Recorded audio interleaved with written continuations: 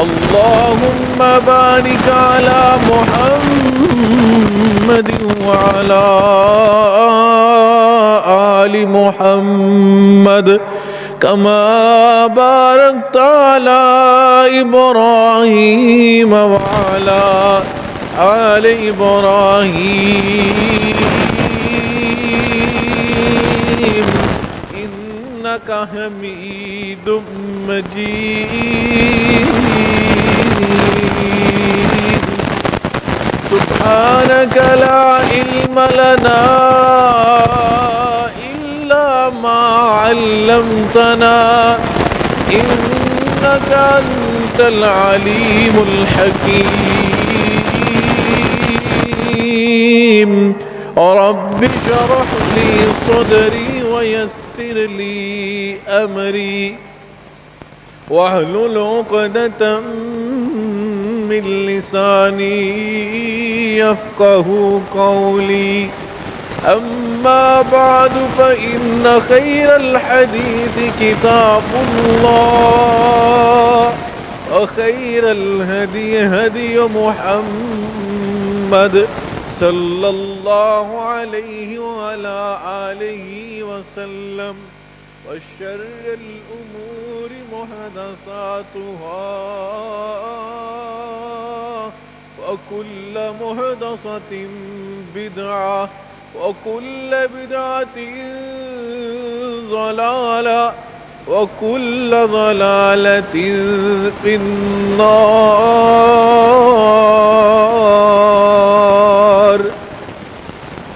أعوذ بالله السميع العليم وبوجهه الكريم وسلطانه القديم من الشيطان الرجيم.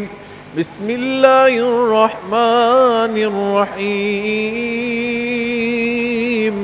وقضى ربك ألا تعبدوا إلا إياه وقضى ربك ألا تعبدوا إلا إياه وبالوالدين إحسانا. إما يبلغن عندك الكبر أحدهما أو كلاهما فلا تقل لهما أف ولا تنهرهما وقل لهما قولا كريما واخفض لهما جناح الذل من الرحمة وقل رب ارحمهما كما ربياني صغيرا.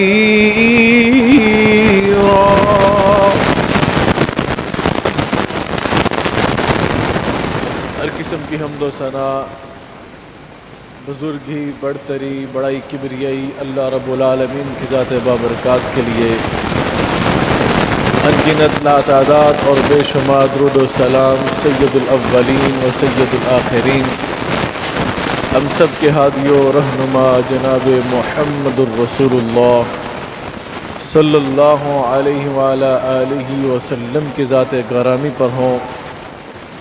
بزرگان من، برادران ملت، اللہ رب العزت کا بڑا احسان ہے کہ اس کی توفیق و رحمت کے ساتھ اس نے ہمیں اشرف المخلوقات بنایا اور اس کے بعد ہم پر یہ بڑا احسان فرمایا، بڑا فضل فرمایا کہ ہمیں اپنے پیارے حبیب جناب محمد الرسول اللہ صلی اللہ علیہ وآلہ وسلم کا امتی بنایا اور ہمیں وہ نظام حیات دین اسلام عطا فرمایا جو زندگی گزارنے کا مکمل اسلوب ہے، جس میں زندگی گزارنے کا مکمل طریقہ کار موجود ہے. انسان کی چاہے انفرادی زندگی ہو، گھریلو زندگی ہو، خاندانی زندگی ہو، اجتماعی معاملات ہوں، معاشرتی معاملات ہوں، سماجی تعلقات ہوں، ہر کسی پہلو پر اسلام ہماری رہنمائی فرماتا ہے. گزشتہ خطبہ جمعہ المبارک میں نے سورۃ الاسراء کی آیات کے حوالے سے آپ کے سامنے ریاست مدینہ کو چلانے کے لیے اللہ رب العزت نے جو آقا علیہ الصلوۃ والسلام کو 14 اصول عطا فرمائے تھے، ان اصولوں میں سے 2 اصولوں پر بات ہو چکی تھی۔ آج وہیں سے اپنی گفتگو کا آغاز کرتا ہوں۔ دوسرا اصول، اللہ رب العزت نے معراج کی رات اسراء جو کیا اللہ کے رسول صلی اللہ علیہ وسلم نے، اس رات جو اصول عطا فرمائے تھے، وَقَضَىٰ رَبُّكَ أَلَّا تَعْبُدُوا إِلَّا إِيَّاهُ وَبِالْوَالِدَيْنِ إِحْسَانًا۔ دوسرا یہ اصول بیان فرمایا تھا کہ والدین کے ساتھ حسن سلوک کیا جائے، اور والدین کے ساتھ حسن سلوک کی گفتگو اور موضوع یہاں تک پہنچا تھا کہ حضرت عبداللہ بن مسعود رضی اللہ تعالی عنہ آقا علیہ الصلوۃ والسلام کی خدمت میں حاضر ہوئے اور آ کر عرض کی، ای العمل احب الی اللہ تعالی۔ آقا علیہ الصلوۃ والسلام، وہ کون سا عمل ہے، وہ کون سا نیک کام ہے جو اللہ رب العزت کو سب سے زیادہ پسند ہے؟ آقا علیہ الصلوۃ والسلام نے جواب دیا، الصلاۃ علی وقتہا، نماز کو اس کے وقت پر ادا کیا جائے۔ جب اذان ہو جائے تو مساجد کا رخ کیا جائے۔ جب حی علی الصلاۃ، حی علی الفلاح کی ندا کانوں میں پہنچے تو مساجد کا رخ کیا جائے۔ یا ایھا الذین آمنوا اذا نودی للصلاۃ من یوم الجمعۃ فاسعوا الی ذکر اللہ وذروا البیع ذالکم خیر لکم۔ جب تمہیں جمعے کے دن، اے ایمان والو، نودی للصلاۃ، نماز کے لیے ندا دے دی جائے، آواز دے دی جائے، فاسعوا الی ذکر اللہ، بس تم پر لازم ہو گیا کہ اللہ کے ذکر کی طرف لوٹ آؤ۔ یہ تمہارے لیے بہتر ہے۔ یہ نہ ہو ادھر جمعے کی اذان ہو جائے اور تم اپنی دکانوں پر، اپنے مکانوں پر، اپنے کھیتوں میں، اپنی مسند پر اور اپنے دنیاوی کھیل میں مشغول ہو جاؤ۔ میرے بھائیو بزرگوں، بڑی اہم بات ہے۔ ہم آج وہ مسجد ڈھونڈتے ہیں جہاں پر مختصر خطبہ جمعہ ہو، خطیب صاحب آئیں، صرف 10-15 منٹ گفتگو کریں اور نماز پڑھیں، ہماری جان چھوڑیں۔ نہیں میرے بھائیوں، جمعے کا دن ہفتے میں 1 مرتبہ آتا ہے، اور جو خطیب ہوتا ہے، جو عالم دین ہوتا ہے، جو منبر و محراب کا وارث ہوتا ہے، وہ دین کی باتیں آپ تک پہنچانے کے لیے مکمل تیاری کرتا ہے۔ کوئی چیز میرے مقتدی، میرے سامعین تک پہنچ جائے، ان کے ذہن میں اتر جائے اور ہم سب اس پر عمل کرنے والے بن جائیں۔ آقا علیہ الصلوۃ والسلام نے فرمایا، الصلاۃ علی وقتہا، اللہ کے نزدیک سب سے محبوب عمل یہ ہے کہ نماز کو اس کے وقت پر ادا کیا جائے۔ اور دوسرا فرمایا، نماز کے بعد نہ حج کی بات کی، نہ زکوٰۃ کی بات کی، نہ میرے بھائیوں صدقہ خیرات کی بات کی۔ اللہ رب العزت کے پیارے حبیب جناب محمد الرسول اللہ صلی اللہ علیہ وآلہ وسلم نے بیان فرمایا، نماز کے بعد دوسری جو سب سے بہتر چیز اللہ کے ہاں محبوب ہے، نیک عمل جو اللہ کو سب سے زیادہ پسند ہے، وہ فرمایا بر الوالدین، والدین کے ساتھ نیکی کرنا، ان کے ساتھ حسن سلوک کرنا، ان کی خدمت بجا لانا، ان کے حقوق کو ادا کرنا، یہ اللہ کو زیادہ محبوب عمل ہے۔ اور جو اگلا محبوب عمل بتایا وہ سنیں گے تو آپ کو اس عمل کا درجے کا علم ہوگا۔ والدین کی خدمت کے بعد آقا علیہ الصلوۃ والسلام نے فرمایا، الجہاد فی سبیل اللہ، جہاد کا درجہ تیسرا ہے۔ فرمایا اللہ کے ہاں جو محبوب عمل ہیں جہاد سے بھی زیادہ کہ محبوب عمل ہے تو والدین کے ساتھ نیکی کرنا. اللہ اکبر. ایک اور صحابی اللہ کے رسول صلی اللہ علیہ وسلم کی خدمت میں حاضر ہوئے اور آ کر عرض کرتے ہیں ایو الناس احق بحسن صحبتی یا رسول اللہ صلی اللہ علیہ وسلم. آقا علیہ الصلوۃ والسلام میرے نزدیک دنیا میں سب سے زیادہ حسن سلوک کے لائق کون ہونا چاہیے؟ مجھے بتلائیں وہ کون سی ہستی ہے جس کا سب سے زیادہ میں احترام کروں، جس کا سب سے زیادہ میں اکرام کروں، اس کا حق کا خیال رکھوں، اس کے ساتھ حسن سلوک سے پیش آؤں. آقا علیہ الصلوۃ والسلام نے جو جواب دیا دل کی تختی پر لکھ لیجئے. آپ نے فرمایا قال امک، تیری ماں. قال ثم من، آقا پھر کون؟ قال امک، تیری ماں. قال ثم من، آقا پھر کون؟ قال امک، تیری ماں. قال ثم من، آقا پھر کون؟ چوتھی مرتبہ آپ نے جا کر فرمایا ابوک، تیرا باپ. اللہ اکبر. میرے بھائیو بزرگوں، یاد رکھیے محبت میں، انسیت میں، احترام میں ماں کا درجہ پہلا ہے، لیکن اطاعت میں باپ کا درجہ پہلا ہے. ماں کا احترام سب سے زیادہ آقا علیہ الصلوۃ والسلام نے فرمایا تم نے کرنا ہے. آج اولادیں جوان ہو جاتی ہیں اور حالت کیا ہے؟ آقا علیہ الصلوۃ والسلام نے فرمایا راغم انف، اس انسان کی ناک خاک آلود ہو جائے من ادرک ابوی عندک الکبر، جس نے اپنے والدین کو بڑھاپے میں پایا.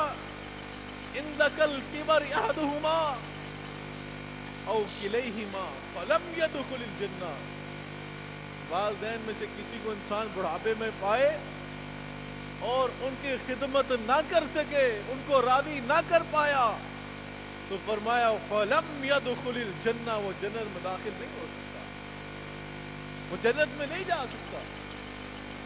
آج ہم اپنے آپ کو کہاں پاتے ہیں؟ اپنے آپ کو ہم کہاں کھڑا پاتے ہیں؟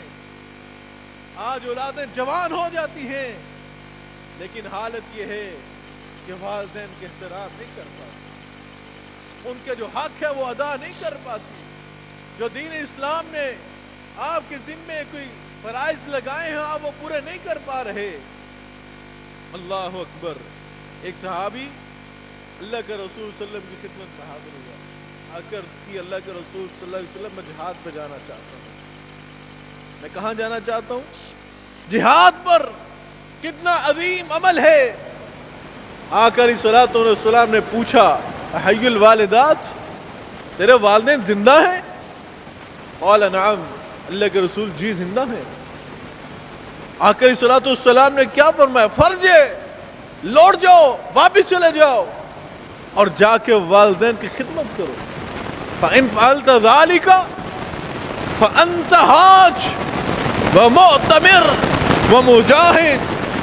یاد رکھو اگر تم نے والدین کی خدمت کی، فَإِنْ فَعَلْتَ ذَلِكَ، اگر تم نے ایسا کیا، فَأَنْتَ حَاجٌ، اللہ تجھے ایک حج کا ثواب عطا فرمائے گا، وَمُعْتَمِرٌ، ایک عمرے کا ثواب عطا فرمائے گا.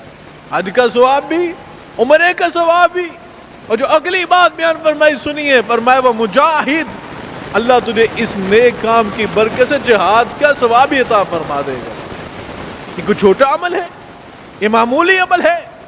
آج لوگ در در دھکے کھاتے ہیں کہ وظیفہ مل جائے، کوئی دعا مل جائے. اللہ کے بندو، والدین کے دل کی کیفیت بھی دعا کا نام ہے. اگر والدین تجھ پہ راضی ہیں تو وہ تو ایسی شفیق ہستیاں ہیں، وہ تو رات کو کروٹ بھی لیں تو کہتی ہیں یا اللہ میری اولاد کی خیر ہو. کون ہے والدین سے بڑھ کے جو آپ کی خیر چاہنے والا ہو؟ دنیا میں کوئی ایسا رشتہ نہیں ہے. ایک والدین کا رشتہ ہے جو آپ کے لیے خیر چاہتا ہے، آپ کے لیے ہمیشہ ہمدردی چاہتا ہے، بھلائی چاہتا ہے، آپ کو اچھے مقام پہ دیکھنا چاہتا ہے. اللہ اکبر. میرے بھائیو بزرگوں، قرآن نے ادب سکھایا، فلا تقل لہما اف، فرمایا والدین کو اف تک بھی نہیں کہنا. اف بڑا چھوٹا لفظ ہے ہماری ڈکشنری میں. اف تک بھی نہیں کہنا. ولا تنہرہما, انہیں جھڑکنا نہیں ہے کہ آپ کو ہماری بات سمجھ نہیں آ رہی, ہم تو آپ سے کب سے کہہ رہے ہیں, آپ کو میری بات کیوں نہیں سمجھ آتی. ترش لہجہ ہو جاتا ہے, ہم سخت لہجے میں بات کرنا شروع کر دیتے ہیں. وَقُلْ لَهُمَا قَوْلًا كَرِيمًا. اللہ اکبر. اور کیا انداز ہونا چاہیے؟ وَقُلْ لَهُمَا قَوْلًا كَرِيمًا. جب والدین کے ساتھ بات کی جائے تو قولاً کریما, انتہائی اکرام کے ساتھ, احترام کے ساتھ. ان کو معلوم ہو میری عزت کے ساتھ یہ بات کر رہا ہے, مجھے احترام دے رہا ہے. الفاظ کے چناؤ ایسا ہونا چاہیے. اللہ اکبر. میرے بھائی بزرگوں, وَاخْفِضْ لَهُمَا جَنَاحَ الذُّلِّ مِنَ الرَّحْمَةِ. اور والدین کے سامنے جب جاؤ تو کس انداز سے جاؤ؟ وَاخْفِضْ لَهُمَا جَنَاحَ الذُّلِّ مِنَ الرَّحْمَةِ. آپ کے کندھے عاجزی کے ساتھ جھکے ہوئے ہوں, احتراماً جھکے ہوئے ہوں. اکڑ نہیں ہونی چاہیے کہ میں پتہ نہیں بہت بڑا علامہ, مفتی, اسکالر, انجینئر, ڈاکٹر, وکیل, سیاستدان, بیوروکریٹ, میں بہت بڑا تاجر, میں پیسے والا. نہیں فرمایا جب والدین کے سامنے جاؤ اس انداز سے جاؤ کہ کندھے جھکے ہوئے ہوں, احترام ہو. والدین کے آگے انسان کی گردن میں سریا اکڑ نہیں ہونی چاہیے. یہ قرآن ہمیں سبق دے رہا ہے. آج ہم کہاں پہ کھڑے ہیں, اپنے آپ کو کہاں پر ہم اپنے آپ کو دیکھ رہے ہیں. ہماری نوجوان نسل آج غیروں کے ایجنڈے پر, غیروں کی تعلیمات پہ عمل کرنے کے لیے تو تیار ہے, لیکن قرآن کا جو پیغام ہے والدین کے ساتھ اس نے سلوک کا, اس کو کیوں بھول بیٹھے. اللہ اکبر. میرے بھائیوں بزرگوں, نبی کریم علیہ الصلوۃ والسلام تشریف فرما ہے. سیدہ عائشہ صدیقہ رضی اللہ تعالی عنہا اس روایت کو نقل فرماتی ہیں. فرمایا آقا علیہ الصلوۃ والسلام تشریف فرما تھے. جاء رجل الى النبی صلی اللہ علیہ وسلم معه شیخ. ایک بندہ آقا علیہ الصلوۃ والسلام کی خدمت میں حاضر ہوا, نوجوان تھا, اور اس کے ساتھ ایک بوڑھا شخص بھی تھا. آقا علیہ الصلوۃ والسلام نے پوچھا, یا فلان من معاک ھذا, کہ تمہارے ساتھ کون ہے, یہ تمہارے ساتھ بوڑھا شخص کون ہے؟ عرض کرتا ہے قال ابی. آقا علیہ الصلوۃ والسلام, یہ میرے بابا ہیں, یہ میرے بابا ہیں, باپ ہے, میرا والد ہے. اللہ اکبر. آقا علیہ الصلوۃ والسلام رحمت للعالمین ہیں, اب نباد ہیں, حکیم الامت ہیں. آپ نے اس کی کوئی چیز محسوس کی تھی, اس کو دیکھ کر آپ نے پوچھا, یہ جو تیسا بوڑھا آیا ہے یہ کون ہے, مجھے بتلاؤ تو صحیح. اس نے عرض کی, اللہ کے رسول میرا باپ ہے. آپ نے جو بیان فرمایا آج دل کی تختی پر لکھ کر لے جاؤ. آپ نے کہا کہ تیرا باپ ہے تو سن بیٹا, میری نصیحت یاد کر لے. فلا تمشی قبلہ فلا تمشی امامہ ولا تجلس قبلہ ولا تدعو باسمہ. اے فلاں لڑکے, نوجوان, اگر یہ تیرا باپ ہے تو میری نصیحت یاد کر لے. فلا تمشی امامہ, کبھی اپنے باپ کے آگے آگے نہ چلنا, کبھی اپنے باپ کے آگے آگے نہ چلنا. یہ نہ سمجھنا بوڑھا ہے, لاٹھی پکڑ کے چلتا ہے, خود ہی چلتا چلتا میرے پیچھے آ جائے گا. نہیں, فرمایا فلا تمشی امامہ, باپ کے آگے نہیں چلنا. ولا تجلس قبلہ, اور کبھی کسی مجلس میں جاؤ, کسی پروگرام میں جاؤ, کسی سے ملنے جاؤ, کسی تقریب میں جاؤ, کسی میٹنگ میں جاؤ, ولا تجلس قبلہ, باپ کے بیٹھنے کے انتظار کرنا ہے, باپ کے بیٹھنے کا انتظار کرنا ہے. جب تک باپ بیٹھ نہ جائے تم بیٹھ نہیں سکتے. یہ ہمارے دین اسلام نے ہمیں احترام سکھایا ہے. وَلَا تَدْعُوا بِاسْمِهِ. اور نوجوان, اپنے باپ کو کبھی اس کے نام سے نہ پکارنا, کبھی اس کے نام سے نہ پکارنا. یہ 3 نصیحتیں بیان فرمائی. باپ کے آگے نہیں چلنا, اس سے پہلے بیٹھنا نہیں, اور کبھی باپ کو اس کے نام سے پکارنا نہیں. یہ باپ کا حق بیان کیا ہے اللہ کے رسول صلی اللہ علیہ وسلم نے. اللہ ہمیں ایسا بنا دے, کہہ دے آمین. اللہ ہمیں ایسا بنا دے کہ والدین کے آگے نہ چل پائیں، ان سے پہلے نہ بیٹھ پائیں، ادب کا تقاضا ہے۔ اللہ اکبر۔ نبی کریم علیہ الصلوۃ والسلام آپ کی سیرت طیبہ، لقد کان لکم فی رسول اللہ اسوۃ حسنہ، تمہارے لیے بہترین نمونہ ہے، زندگی گزارنے کا اسلوب آپ کی زندگانی میں موجود ہے۔ آپ کی زندگانی کا چیپٹر کیا ہمیں میسج دے رہا ہے، وہ کیا پیغام دے رہا ہے؟ اللہ اکبر کبیرہ۔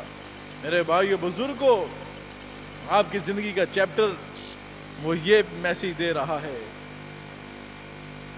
حضرت ام ایمن، حضرت سیدہ ام ایمن وہ آپ کی خدمت میں آتی، آپ کھڑے ہو جاتے، اپنی کملی مبارک اتار کر ان کے نیچے بچھا دیتے اور فرماتے امی بعد امی، یہ میری ماں کے بعد دوسری میری ماں ہے، جس نے مجھے میری پرورش کی، مجھے پالا، احترام کرتے، حالانکہ حقیقی ماں نہیں تھی، اس کے باوجود ماں کا درجہ دیتے، نبوت کی چادر مبارک اتار کے ان کے نیچے بچھا دیتے۔ اللہ اکبر۔ لوگ کہتے ہیں با ادب با نصیب، بے ادب بے نصیب۔ آج لوگ دعائیں ڈھونڈتے پھرتے ہیں، فلاں پیر صاحب کے پاس چلے جائیں، فلاں عالم دین کے پاس چلے جائیں، فلاں جناب بڑا نیک بندہ دعا کرتا ہے، دعا قبول ہو جاتی ہے۔ آقا علیہ الصلوۃ والسلام نے فرمایا ثلاث دعوات مستجاب، ثلاث دعوات مستجاب لا شک فیہن، تین دعائیں ایسی ہیں جن کے رد ہونے میں کوئی شک ہی نہیں، ان کی دعا کبھی رد ہوتی نہیں ہے۔ سنیں گے وہ کون تین شخص ہیں؟ تین شخص جن کی دعائیں اللہ کبھی رد نہیں کرتا۔ پہلی فرمایا دعوت الوالد، باپ جب اولاد کے حق میں ہاتھ اٹھاتا ہے تو اللہ اس کے ہاتھ خالی واپس نہیں لوٹاتا۔ یہ بات میری نہیں ہے، یہ پیارے حبیب جناب محمد الرسول اللہ بلند آواز سے صلی اللہ علیہ وآلہ وسلم کی بات ہے۔ آپ نے فرمایا ایک باپ جب والد اپنی اولاد کے حق میں ہاتھ اٹھاتا ہے اللہ خالی واپس نہیں لوٹاتا۔ اور فرمایا دعوت الصائم، روزے دار کی دعا، اور دعوت المسافر، مسافر کی دعا۔ تین بندے ایسے ہیں جن کی دعا رد نہیں ہوتی۔ میں نے ایک دفعہ ٹی وی پروگرام کے اندر رمضان میں کہا تھا کہ بعض اوقات تینوں چیزیں اکٹھی ہو جاتی ہیں، آپ باپ بھی ہیں، روزہ بھی رکھا ہوتا ہے اور سفر کی حالت میں بھی ہوتے ہیں۔ اگر آپ اس حالت میں ہاتھ اٹھا لیں تو میرے بھائیو بزرگوں بتلاؤ اس دعا کی کیفیت کیا ہو، اس دعا کا عالم کیا ہوگا۔ اللہ رب العزت ہمیں ایسے باپ بنا دے، کہہ دیں آمین، کہ ہم اپنی اولاد کے حق میں دعا کرنے والے بن جائیں۔ ہم نے دعا نہیں کرنی تو کون کرے گا؟ جو اولاد کے حق میں ہم دعا کر سکتے ہیں، ہمارے والدین کر سکتے ہیں، وہ کوئی نہیں کر سکتا۔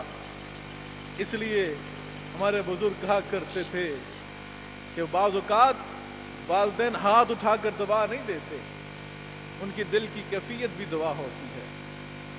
ان کا دل آپ پر راضی ہو وہ دعا کا نام ہے، وہ اللہ کے ہاں مقبولیت کی بات ہے۔ اور بعض اوقات والدین کا دل دکھا ہو تو دنیا کے پھر دھکے تمہارا نصیب ہے، تم جتنے مرضی کامیاب تاجر پتہ نہیں کیا کچھ ہوگے، تم لوگوں کی نگاہوں میں نیک ہوگے، لیکن والدین کے دل میں تمہارے لیے کوئی جگہ نہیں ہے تو پھر تم دھتکارے ہوئے ہو۔ تمہیں نہ رب کی رحمت مل سکتی ہے، نہ دنیا میں کامیاب، نہ آخرت میں کامیاب۔ میرے بھائیو بزرگوں، اللہ اکبر۔